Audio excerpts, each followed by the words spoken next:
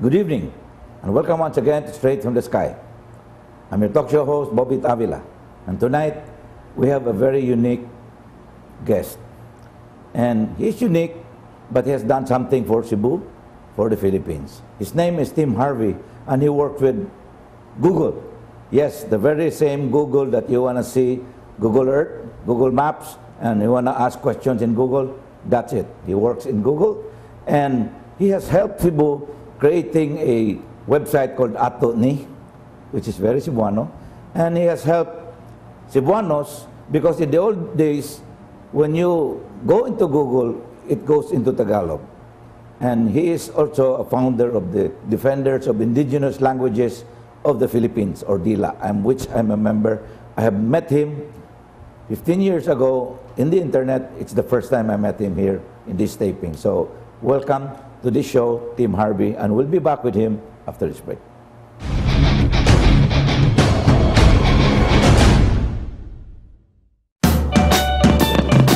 Imagine a new world. A dependable world. An innovative world.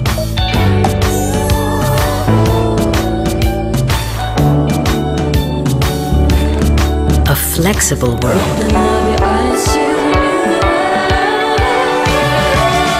A rewarding world. A surprising, exciting, inviting world. A world we know you would expect. Wouldn't that be wonderful? Globe. Let's create a wonderful world.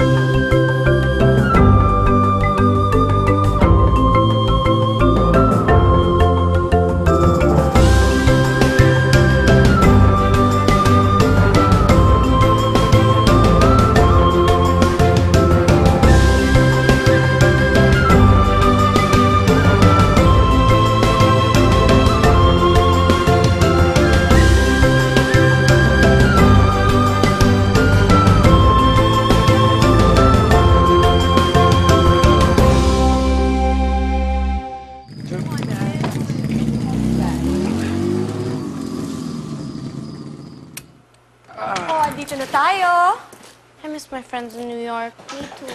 Ay, kayo talaga? You're gonna like it here. Trust me. 150 years, Lewis Carroll's Alice in Wonderland has take the module down. Are we clear for landing? Open their eyes to a world of possibilities. Give them limitless discoveries. Hello? Can I order B and Sport Channel, please? Keep them inspired. Hey Mom, did I miss the show? Nope. Rewind ko na lang. And let them experience life on their own terms. Here, you get what you need to give them what they want. Life with Sky Cable is life the way you want it. They like it here now. Tingin mo talaga, Momski? Only from the country's biggest digital cable TV provider.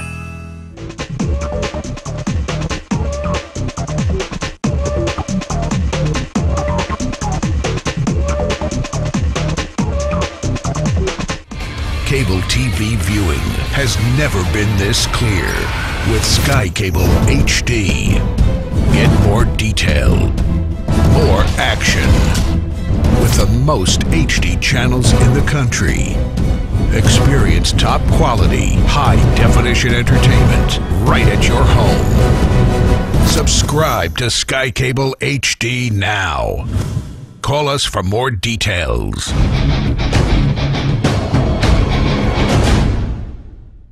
Thank you for staying with us. It is really an honor and a pleasure to meet with Mr. Tim Harvey of Google, the world's Google.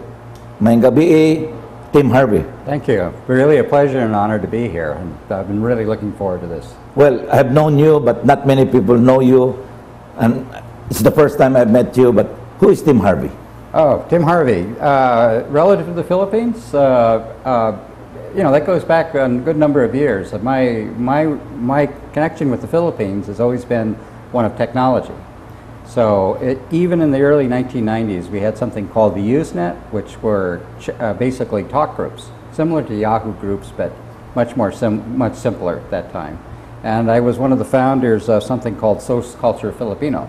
Oh, okay. With Amy Manosa in 1990, I believe.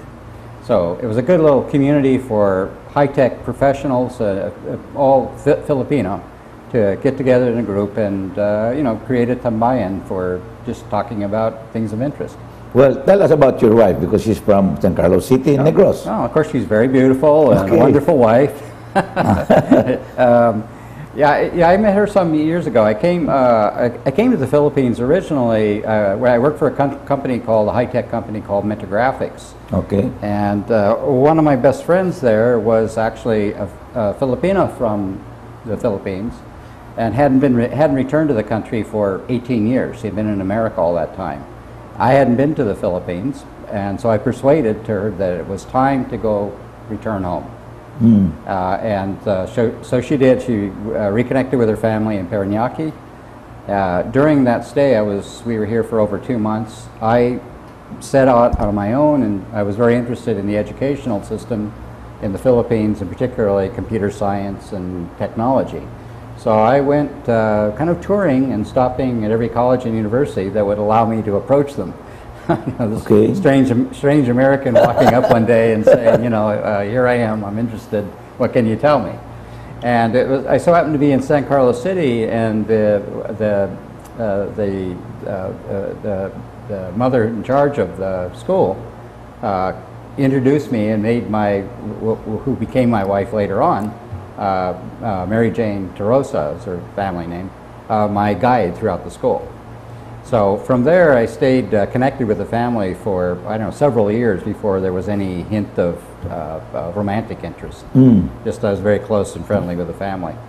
And then finally, you know, over the years, we got to know one another and seemed to be compatible, and one thing led to another, and a couple of years later, we were married. In San Carlos? In San Carlos, yes. Both, I think we had the civil wedding here in Cebu, and then the full church wedding in San Carlos City. How many kids do you have? 2 right now. 2 daughters, a daughter 14 and another one 19. The 14-year-old's going on 37. So if you ask her. So you're not really, well, I've heard so much about you from our Dila groups, or Yahoo groups. Oh, yes. And because you're also a defender of the creator or founder of the Defenders of the Indigenous Languages of the Archipelago. Why did you discover Dila? One of the primary founders was, of course, Ernie Turla. And Ernie Turla. I haven't met him yet, Ernie Turla. Oh, better get him here. He's a very, very interesting guy. But he's a friend and neighbor from Portland, Oregon, where I'm originally from. And so, you know, I had personal contact with him before, and we had lots of discussions about doing things on the internet. And Dila was the natural outgrowth of his love of his language, and my concern about what I would call the language policy of the Philippine government at the time. Well, you know, the language policy is, I've always said it this way. Yeah. The Philippines was, my late boss, Max Sullivan, would say, the Philippines, if you describe it, 400 years in the convent, 50 years of Hollywood. And then now we're an ethnic group called Tagalogs came to rule us. Yes, yes. Because Tagalog is a language that is foreign to Cebuanos or even Ilocanos up north, or the Tausogs in the south. Yes. And you apparently know about our language, and you're here for 2 reasons, for the language, and I was really curious about Google. Oh, we're glad to talk about Google anytime. When did you apply to Google? You're kind of old already at this time. And Google's been around since the 90s, right? Well, very late 90s. I think it really started at Stanford University campus in a dormitory room, not much bigger than the studio here. Yeah. And but by 1999, I think 98, 99, it graduated to a garage out of a house. And a few years later, they actually got it themselves a proper building. I'm a little bit of a latecomer because I started in I knew of Google at that time because I was in high tech. And the reputation of Google at that time is that it was a search engine for techies. So if you were doing software development or whatever, that was the place to go to. The other search engine at that time was Alta Vista, and Google was so much better. So I always thought it was a specialized high-tech search engine, but I found out later that it was much more than that. But I applied in 2006. And it was quite a process. I had been working on my thesis in English, of all things, which I did very little in English. It was mostly other kind of coursework, mostly in computing.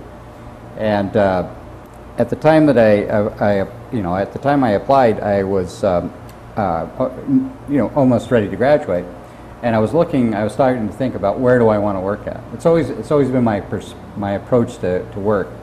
Is I don't look for jobs that I don't care about the salary or the prestige. If they're doing something that interests me, then I want to be there. Fits you what you need. I want to be there. Not how much you earn. I don't care about that. That's the beauty. Yeah, I found professionally, if you pay attention to your profession, it's like a magnet. The money and the rest it'll be attracted to you. Yeah, that's correct. But if you do it the opposite way, and you're not working at all. You're not working, you're just playing. That's right. I remember the first job I got, I couldn't believe when I got my paycheck. They're giving me money to come in here and play with all this great technology. What's up with that? I'll do it for free, Yeah. But that's technology, Yes. I mean, the gaming technology, for instance. If you know how to make this gaming thing, and you try to play it, and then others like to play it, and paid so well. Yeah, exactly. I mean, that's the thing. If you really have expertise and you focus on your profession and become very knowledgeable and expert in what you're doing, everything else will flow from there. Well, you're what you call a software engineer. Yes. What does a software engineer do? It's sort of a jack of all trades. You're a journalist, for example, and to a certain extent, so is a software engineer. Because, for one thing, you have to investigate, you have problems that you have to investigate, solutions and so forth. So there's a whole process of trying to figure out what the problem is and from there try to derive a solution. The software coding part of it is probably 10% of the work. It's really the trivial part at that point. If you're at that level of being a software engineer, you know how to code. You just know, you have lots of experience, and it's like, speaking your native language or something. Yeah. So what it really is the thought process, finding really interesting problems to work on, working hard to find good solutions to those problems. Well, in the 80s, I took COBOL and Fortran. Oh, yes. Are they still the same? Are they still being used? Yeah, they are, as a matter of fact.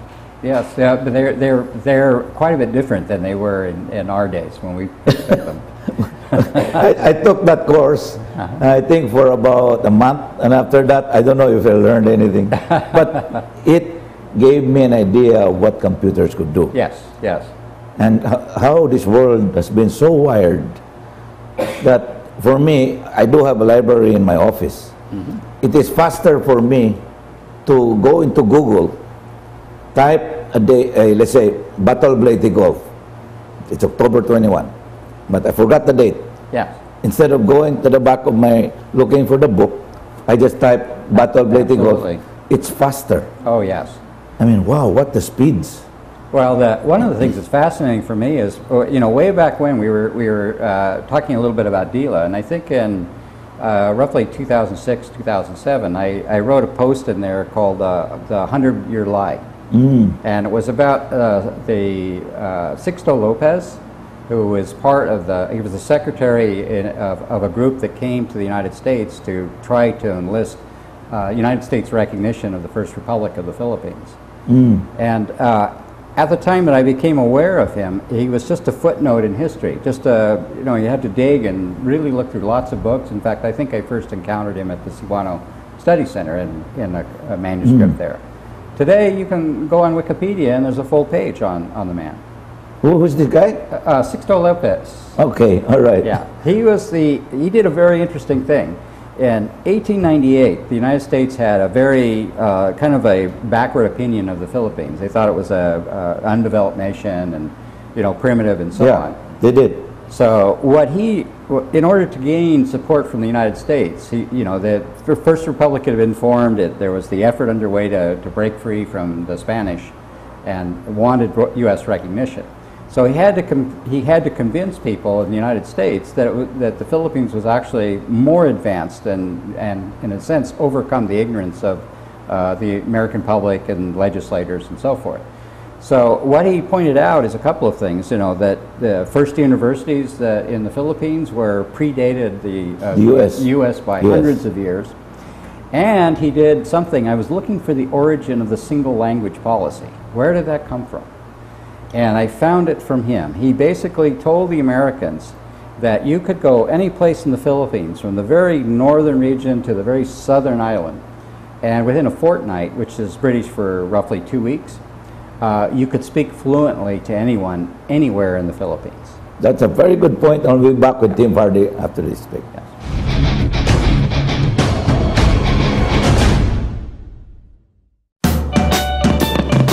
Imagine a new world. A dependable world. An innovative world.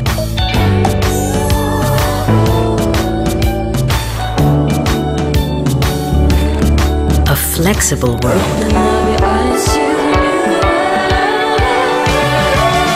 A rewarding world. A surprising, exciting, inviting world. A world we know you would expect. Wouldn't that be wonderful? Globe. Let's create a wonderful world. Bahay. Mom, what's pangungusap? It's pangungusap. That means sentence. Oh, okay. And how about angkop? What's that? Angkop is appropriate. And tugma? Tumpa? Correct. Ibahin? Ibahin. Tapusin? And ipasa? There are some things you simply can't put on hold. That's why Sky Cable has iRecord, the first to let you pause, record, and rewind live TV from the country's biggest cable TV provider. Thanks, Momski. You're welcome, kulit. What's kulit?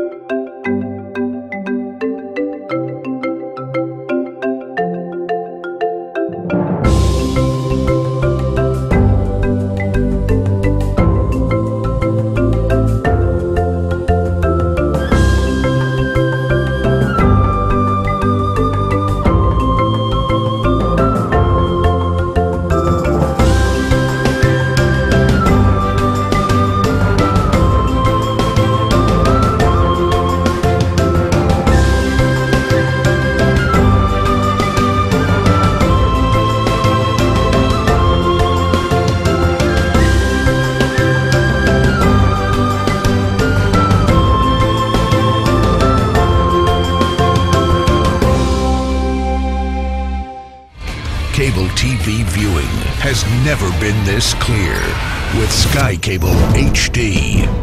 Get more detail, more action, with the most HD channels in the country. Experience top quality, high-definition entertainment right at your home. Subscribe to Sky Cable HD now. Call us for more details.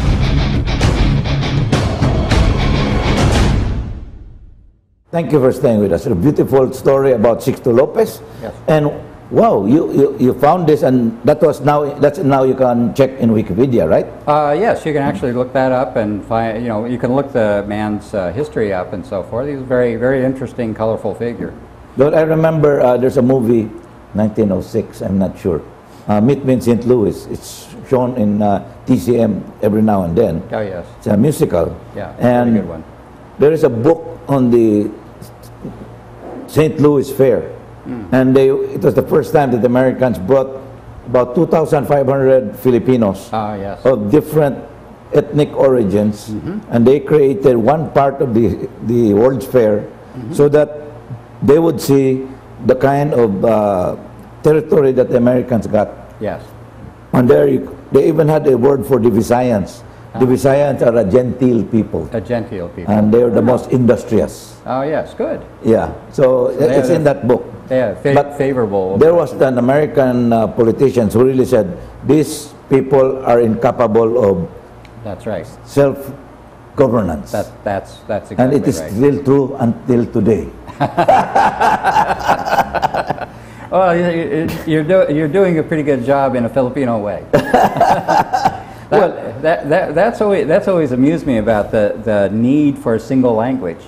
And I've mentioned this to other people many times. It's been my experience that Filipinos do lots of communicating and lots of talking just fine without a single language. Yeah. It seems to me that Filipinos communicate just fine. Well, you know, English for us, as you know this very well, is a leveling language. Yeah. English, when the Americans with the Thomasites taught us English, the Filipino the small Filipino taught by a missionary, a Bible-carrying missionary, speaking in English, could now read. And then when a rich ilustrado from Manila would talk to that person in English, they actually meet each other, they level each other. Yes, exactly. Unlike a ilustrado talking to a Ifugao, and the Ifugao doesn't know how to speak English, sorry. Yeah. So that's what English has done. But I'm glad that you have created DILA because we would like to preserve our language. Yes. Because our identity is our culture. Yes. And you know, I've always believed in this, and I'm sure you do. There is no natural born Filipino speakers. Exactly right. When you say, I'm a Filipino, oh, do you speak Filipino? Yeah. But what do you speak at home? Ilonggo. Oh, you're an Ilonggo speaker, not a Filipino. Yeah. And the passport will tell you you're a Filipino, but there are no native Filipino speakers. Oh, that's absolutely right. Take me to a neighborhood where it's spoken. Yeah. You know, that's my challenge. The neighborhood will probably be in an academic room someplace in the University of Philippines someplace. Yeah, that's true. Yeah, or a professor's office. That's really true. Well, the Filipino is also a bit racist when he sees blacks in a bar, 5 blacks. He will say Americano. But actually, there's not a single Americano there. Yeah. There is African, Egyptian, Libyan. Many nationalities. And one American maybe, but there's none. But when he sees a white Caucasian in a bar, the Filipino will say Americano. But actually, you're Russian, Swiss, German, French, could be. Spaniard. Yeah. But when Filipinos are lined up in a bar, and they will say, wait, they could be Malaysians, they could be Indonesians. That's right, they have so the heritage. What I'll do is I'll just listen first. Ilonggo, they're from the Philippines. Yeah. Doesn't take long to sort it out. So how did you get into this language thing? Oh, the language thing, it started out very simply. I was working for a company called Pi Systems, which made you were using earlier, you were using a tablet. Pi Systems made a tablet in 1992, way ahead of the time. Way ahead of iPad. Yes, way ahead. I think the Apple Newton, the first little cell phone, that hadn't even come out at that point. But I was working for them, and I was given the assignment to go to. I was familiar with Manila and Makati, and I was given the assignment to go there and try to find develop partners. So business partners. So I got some tutoring in Tagalog. No problem. I could find lots of material and so on. Went there, and somewhere in the course of that, when I started doing my tour of the Philippines, I ended up in, I like the Visayas in this region and the Cebuano area, and particularly I enjoyed San Carlos City. I found it to be pretty progressive for a small community. Yeah. But I started looking for material on Cebuano. How am I going to learn the language? And I went to the National Bookstore, and I inquired, and I went to colleges, and voila, nothing. People were speaking a language, but there was no record of it, no way of learning it except maybe in conversation. And so I wondered about that. Why was the case? And you know, after asking some questions, I found out it was by design. It was the government's policy to basically eradicate or demote, that may be a more accurate word, all the languages of the Philippines except Filipino, which Filipino. Actually is Tagalog in disguise. Yes, I look at Filipino as a codification, a formalization of Tagalog. Supposed to be. Yes. That was their original plan. Yes. But if you go to Makati now, go into a coffee shop, and if you had Mr. Balagtas, the great Tagalog writer, who wrote very beautiful Tagalog stories. Yes. And he would sit down there and he would say, "What are these people talking what about? Are they talking about? Yeah. It's not Tagalog." Wouldn't recognize the language. Because why? It has become Taglish. Yes. Yeah. I mean, you know, Chris Aquino would say, "Now na." Okay? Now right away. Now na. I mean, when you say now is English, na is now na. Now. Yeah. So what's that? That's Taglish. Yeah. I've seen in the dictionary, driver, they had spelled D-R-Y-B-E-R. What? Okay. What for? Well, I'm always amused by the effort too, because the advocates of Filipino, they say, well, what we've tried to do is incorporate other languages into Filipino. And when you take a look at it, what they, in terms of Cebuano, they've incorporated roughly 800 words. The vast majority of those words are nothing more than proper nouns. Cebu is in there. Yeah. You know, and that's it. By the same definition, you know, they call that a mother tongue and everything else is a dialect. Well, by the same token, English has proper nouns from the Philippines. It has words like yo-yo, and boondocks is a term that was left over. That's right. So I guess by their definition, American English must be a dialect of Tagalog or Filipino. And Americans don't know that. Well, Americans don't know a lot. But, you know, this is the beauty of the language, because it teaches you. And in fact, I have a book on the empire of languages. And the Roman Empire spoke Latin. Yes. And when the Roman Empire collapsed, the languages became their own native languages. Yes. The Egyptians started speaking Egyptians, the Judeans, the Israelites. Then the Romans were lost because they used to speak Latin. Now they speak Italian. Italian, yes. So where did that come from? Yeah, derivative language. Well, here comes Napoleon Bonaparte saying with the, as Dr. Dakuda would say, the Jacobinist. Or Lino. The Jacobinist thought is that because south of France spoke the Latin or the Italian language, so Napoleon said the language of the Parisian should be our national language. So became one nation, one language, one people. Then Marcos followed it up with isang bansa, isang diwa. Oh yes, yes. A little extreme. Yeah, but in the end, Marcos was not from Manila. He was an Ilocano, married to a Waray. Yes. So he adopted and then when the 86 revolution came, Cory Aquino came and threw away everything that had to do with Marcos, except the language. She accepted it. And then our President Aquino today, when he speaks to the Filipino nation, he speaks in Tagalog. Yes. And people like me understand only half of it. Oh, yes. Yeah, I can understand that. And I'm sure half of the people down in the south don't understand some of it. Not at all, yeah. And this is the language of their government, so how can they, you know, understand what's being done for them?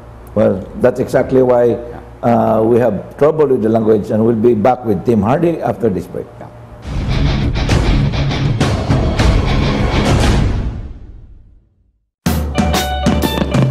Imagine a new world.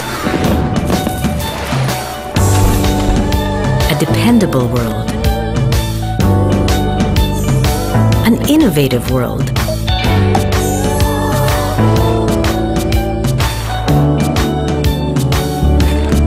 A flexible world.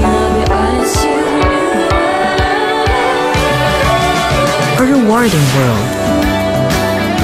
A surprising, exciting, inviting world. A world we know you would expect. Wouldn't that be wonderful? Globe. Let's create a wonderful world.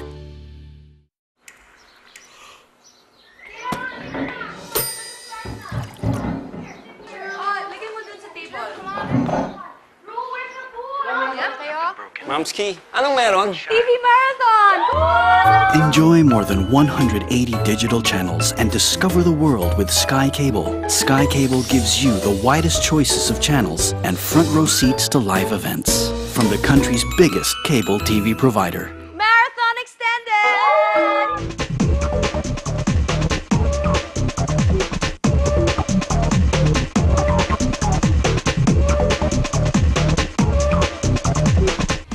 Cable TV viewing has never been this clear. With Sky Cable HD, get more detail, more action, with the most HD channels in the country. Experience top quality, high-definition entertainment right at your home. Subscribe to Sky Cable HD now. Call us for more details.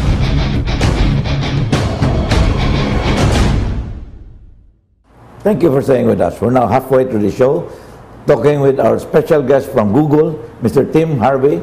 He's a, what you call a engineer in the IT world, or technology, information technology world, where few of us could understand. If we talk in English language, maybe you'll change channel. So we talk about languages, but let's ask him more about Google.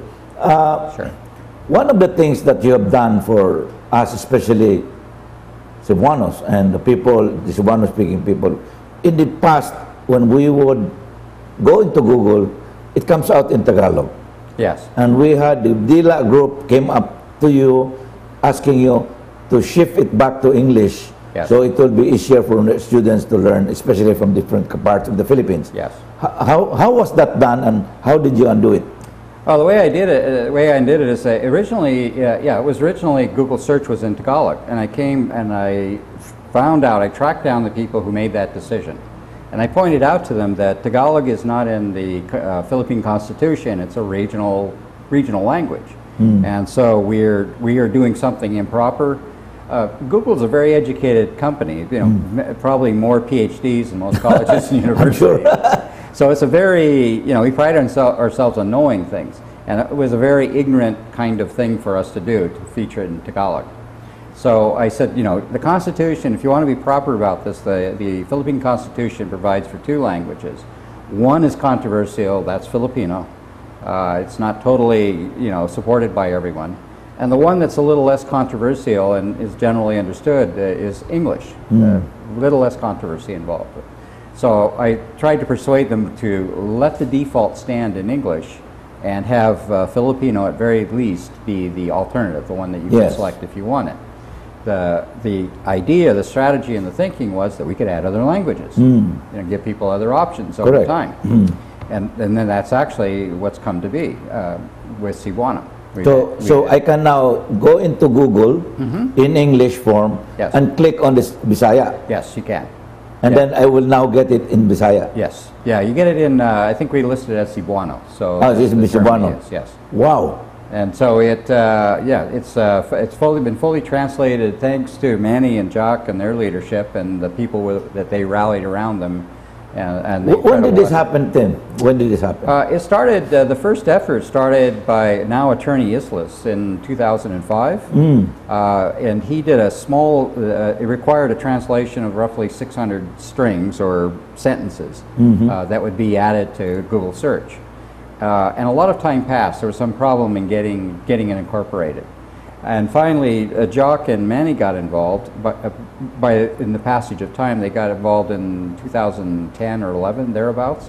The search engine, Google search had become more complicated, and the 600 strings had now become close to 7,000.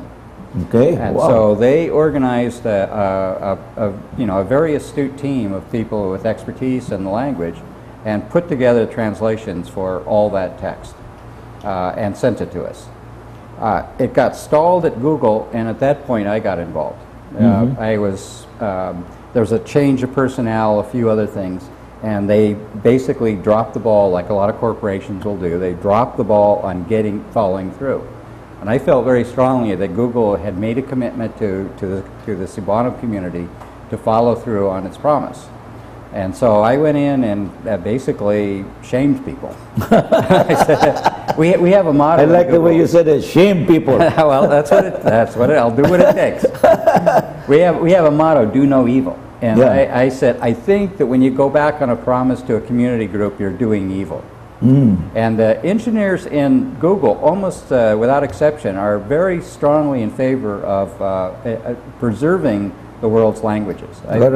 I don't think of anybody I know that says we should, reduce it all down to one or a few languages. Well, Hitler wanted to reduce the Jewish language. Exactly.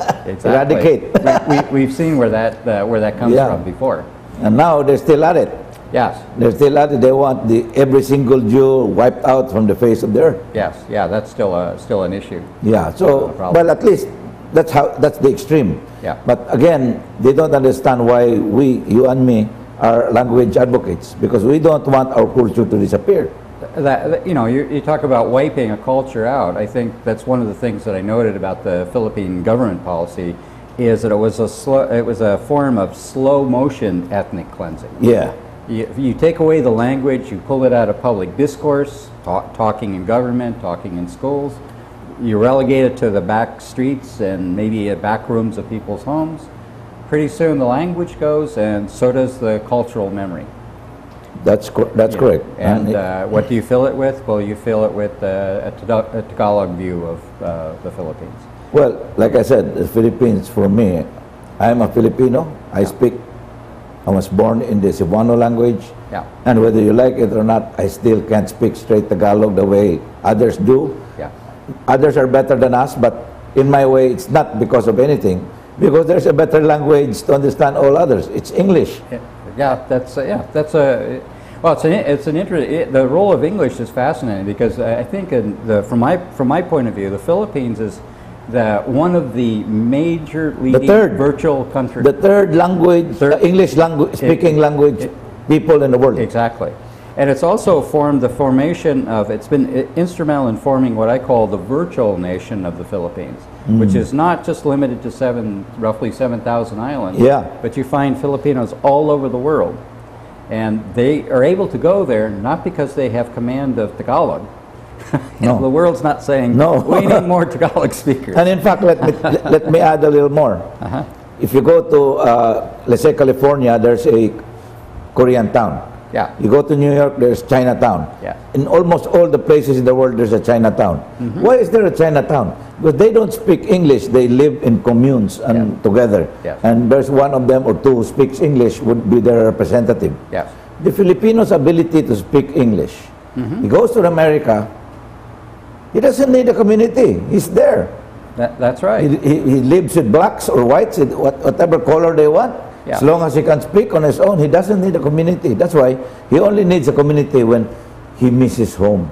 Yes. Then he looks for the Ilonggos if he's an Ilonggo. Yes. He looks for the Ilocano if he's Ilocano, or the Cebuano if he's Cebuano. Yes. Yeah. And I found that to be very, very true in the communities. There, in the United States, for example, Filipinos are one of the higher social economic groups in terms of professional attainment and income and so forth. Yeah. So they thrive and do very well in that sort of community. But so you'll never see a unified Filipino. You know why? I don't know if I've ever. Is that a possibility? Yes, because you can never have a unified Filipino, one organization. Because why? Because somebody will take the lead and say, Tagalog, why should I follow the Tagalog? Yeah. That's why there's a Tagalog organization, there's a Cebuano, Ilonggo, and all the rest. Yeah. They're really, but that's the Philippines. We are a diverse archipelago of multi-language speakers. Yes. Well, the one person that we both know is David Martinez. Yes. And he's the one, in my mind, he really opened my eyes, not just to the Philippine situation, with his idea of ethnic nations. I love his book, A Country of Our Own. Oh, yeah, fantastic. I have that book, but I haven't met him. I still have to meet him. The first time I met you, I still have to meet Tim Torla, and David Martinez. I would met- like to bring them here on the show. Yeah, I've met both of them, but I've lost track of David Martinez. From the States, I understood he came back to, I think, Dumaguete and retired. Oh, did he? Oh. I'm not sure yet. I'll try to. Well, I'm right near Dumaguete when I plan to go there, so maybe I'll make some inquiries and see if he's still. Well, his book is radical. Radical and so true. I mean, his thesis basically is that people have ethnic groups, and 500 years of colonial interests have put over these artificial boundaries right in the middle of these ethnic communities or ethnic nations. Divided them up, cut them in half, and it's all been basically out of the interests of the major, colonial powers of the Western nations. And you see that conflict in the world anywhere you go in the world. In the Middle East, for example, the Sunnis and the Shiites and so on. What's causing their friction? Well, they're bound in a nation formed by France and France and England, and that's what forces them together. It's not their desire to be together. It's the interests of the foreign power. A good example would be Kurdistan. Yes, I would like to believe Kurdistan can be an independent nation. Yes, Well, just like Cebuanos, we can be an independent nation. We have been under control of an ethnic group called Tagalog or Imperial Manila until now. The Philippines, as promised by President Quezon, I would rather see the Philippines run like hell by Filipinos than run like heaven by Americans. So, welcome back to hell. We're still in hell. And we'll be back for a final set with Tim Harvey after this break.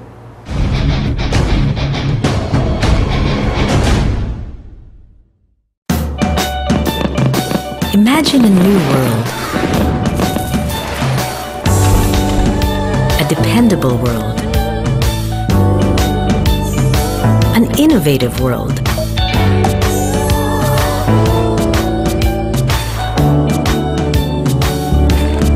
A flexible world.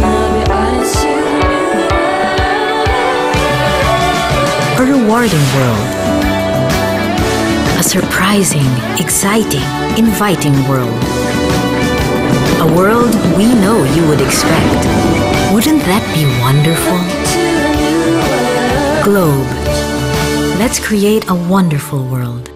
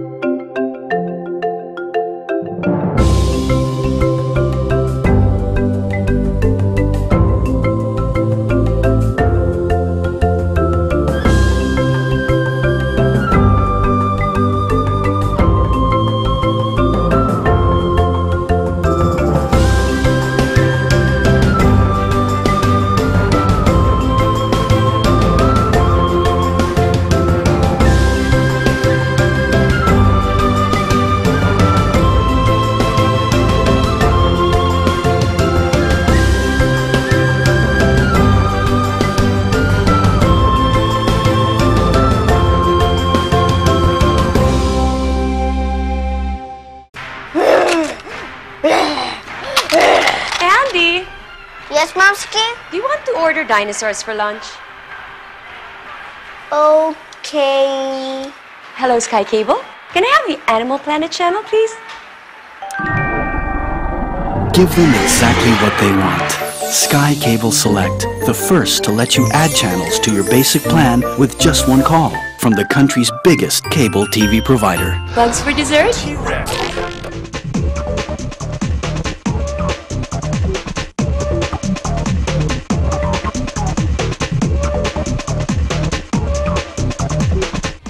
Cable TV viewing has never been this clear with Sky Cable HD.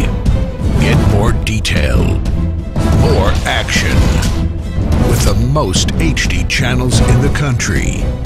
Experience top quality, high-definition entertainment right at your home. Subscribe to Sky Cable HD now.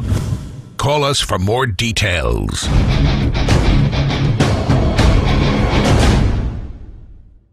Thank you for staying with us. Let's know more about Google. How did they create Google Earth? And I think they're doing something about here in the Philippines. There are cars that have 4 cameras on the top and they're going around. Yeah. That alone is fantastic. Yes, yeah, it brings a whole new dimension to Google Earth where you can actually, see the streets, the buildings. It becomes street level. Yes, it does. Because right now, Google Earth, when you're going, you're actually like at 200 or 100 feet from there. Yes. But this one, you will have a new system where you actually on the street level, right? Yeah, the trouble with the view of that is everything seems to be flat, but the car view in the streets makes it 3-dimensional. You see it as though you're walking through the streets. Is this perfected in many places already? Oh yes, and it's not only perfected, but there's also a whole set of services added to it. So, for example, people who want to advertise restaurants and so on, there's ways that you can, associate your business or whatever it is your activity with a specific location, and it'll take you visually to that location. I see. Which is, if you're walking along and you have an address or you're following Google Maps, you may not know that you've arrived at the destination you're seeking. But with Google Maps, with the Street View, yeah, you can see the restaurant. So who do you contact? Because there's no Google office in the Philippines. But okay, I have a restaurant. Well, there is actually, but it's based in Manila. They now have an office? Yeah, we've had an office there for a bit. Okay, so you can contact them, you can put your restaurant there, and so when somebody looks for you in the Google Maps, they will know, they will even give you directions to your place. Yeah, what it shows up is if you do a search and you look for restaurants, you'll see these little pin, dots that show you where the restaurant's generally located. And then using the Street View, you can zoom right up and get a street view of the restaurant or the business you're interested in. Well, Tim, we're living in in the past, things were just simple. Mm-hmm. We had dictionaries if you wanted to know the word. Now even your cell phone is your Google Earth, your music, your everything. Yes. You're a engineer on the IT world. Where does this computerization, what holds for us in the future? Well, there's a very famous computer scientist by the name of Kurzweil, who is now works for Google, and he came up with a term called the singularity. And the idea of the singularity is that computers and technology advance to the point where computers can take care of themselves, can communicate with one another, and organize themselves. From his point of view, it's a matter of roughly 5 years off. So there's been a recent movie out called She or Her. I think it's She. Anybody in the field of artificial intelligence say that there's some aspects of that movie that are 10 or 20 years off, but 80% of what you see in that film is within reach today. And in that movie, there's basically an operating system that communicates in a very personal way with its user. And that's the immediate future, that sort of thing. The other part of the immediate future is that we're already beginning to see it. You have a whole bunch of devices, from phones and tablets and so forth. We now have glasses, which is a new product that's coming out, even watches. Yeah. And all of these things, these small wearable devices, are tethered to let's say, to your phone. So they communicate with your phone, which communicates back with maybe a Google data center, where the actual information and data is located.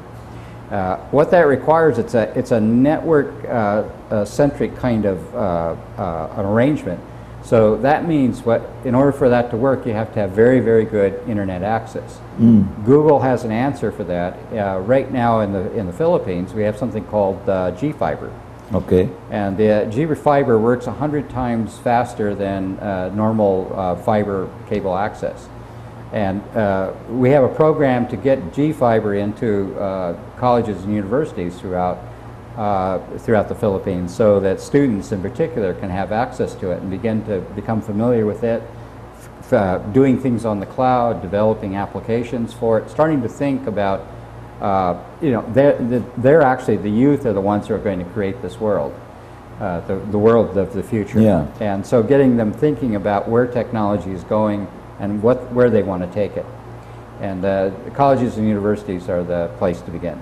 Well, I'm sure, knowing how computers are magnifying each other. Yes, and yes. supercomputers, you made two or three or four supercomputers, they come up with, the only thing is, remember that movie, the music by Giorgio Moroder, computer? Oh yeah, computer generated. Yeah, that the only thing that the computer do not know is love. Yes.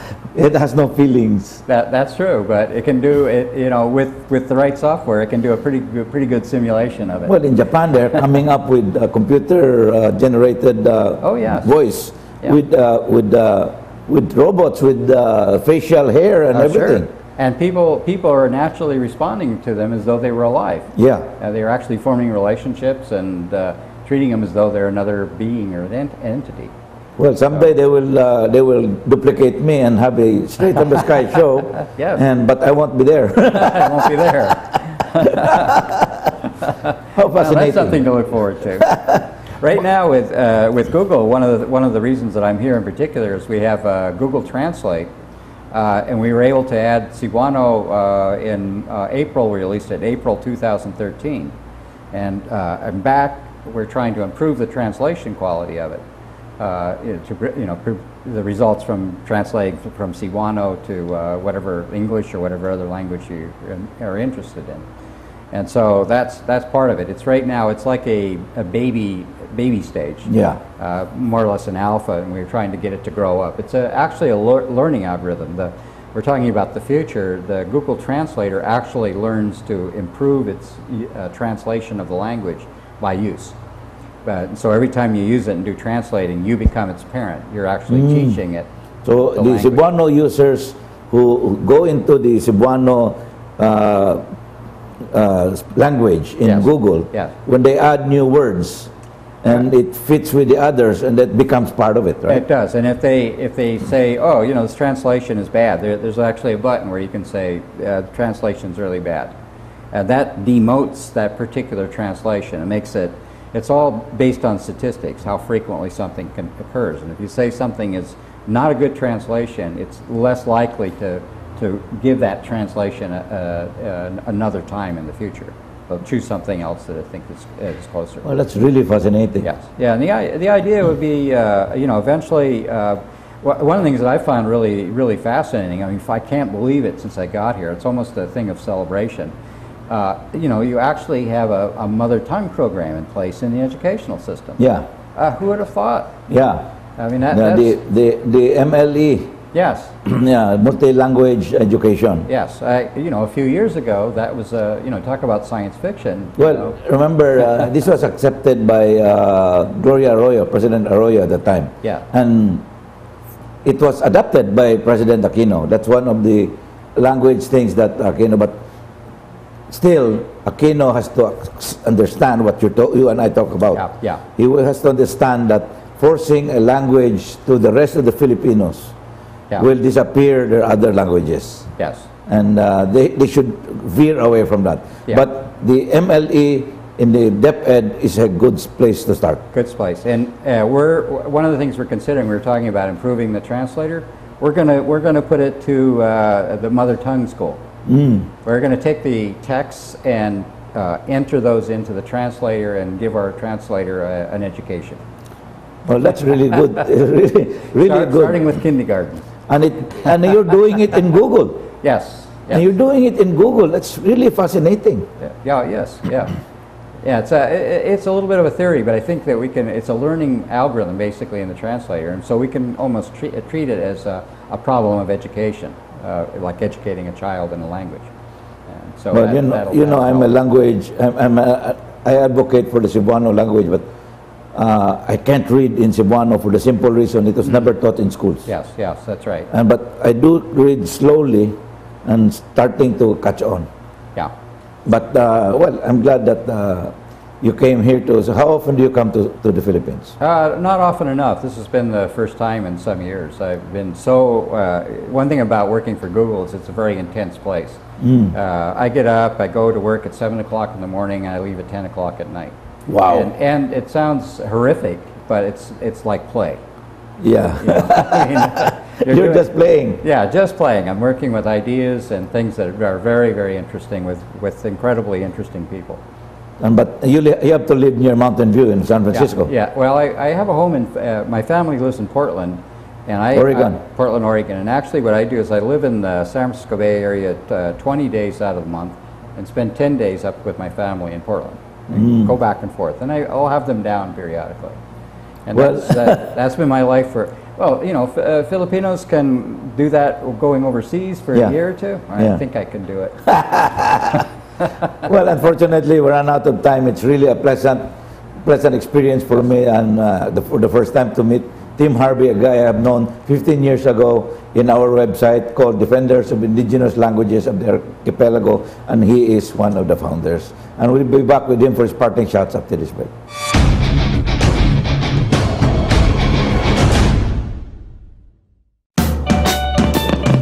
Imagine a new world. A dependable world. An innovative world.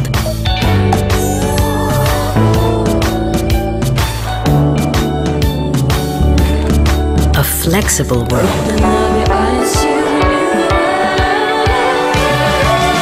A rewarding world. A surprising, exciting, inviting world. A world we know you would expect. Wouldn't that be wonderful? Globe. Let's create a wonderful world.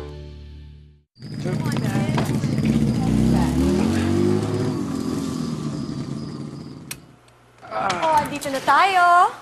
I miss my friends in New York. Me too. Ay, kayo talaga? You're gonna like it here. Trust me.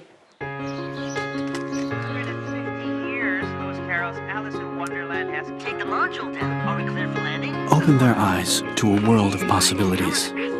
Give them limitless discoveries. Hello? Can I order Be in Sport channel, please?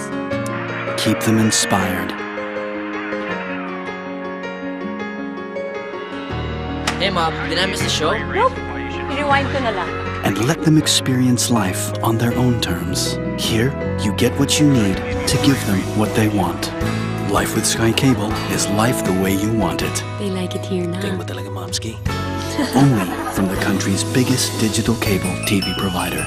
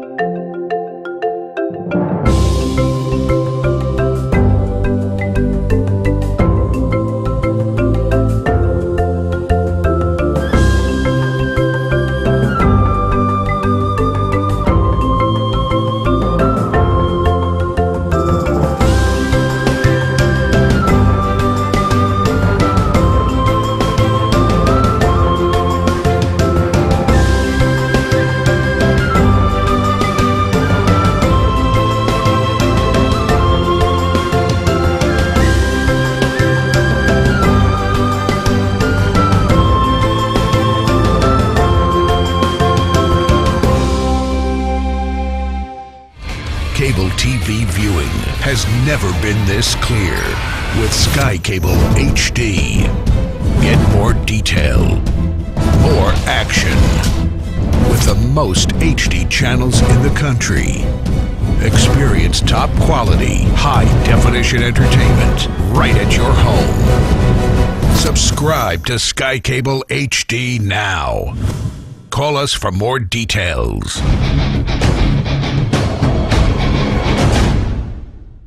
Let's now ask Tim Harvey for his parting shots. Tim?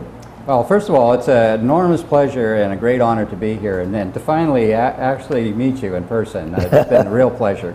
Thank you, Tim. Every time I can make a trip to the Philippines, I find it new things happening, new advancements. It's a very exciting place, and I think right now this is a very exciting time, particularly for Cebuano, the Cebuano community, and for the possibility of languages and computing overall. I'm thoroughly convinced, and I have been for years, that when I first stepped in the Philippines and I saw in 1990 people walking around texting on the cell phones, that was a Starship Enterprise moment for me, because even in the United States there was none of that. Yeah. So don't the Philippines is quite advanced and quite experienced in its way and has a tremendous amount of talent and a great future ahead of it. Just have confidence. Well, thank you for that, Tim Harvey, and a guy I would say has done so much for the Cebuano language, but no one of you knows, because even me, I've known him for some time because he was one of the founders of the DILA. But what he did for Google, and all of you who use Google, when you open Google, it used to be in Tagalog. It's now in English, and you can go to Tagalog if you wish, or Cebuano. That's the job. That's what Tim Harvey did for you guys. And you've heard it here straight from the sky. I'm Bobit Avila. Thank you and good night.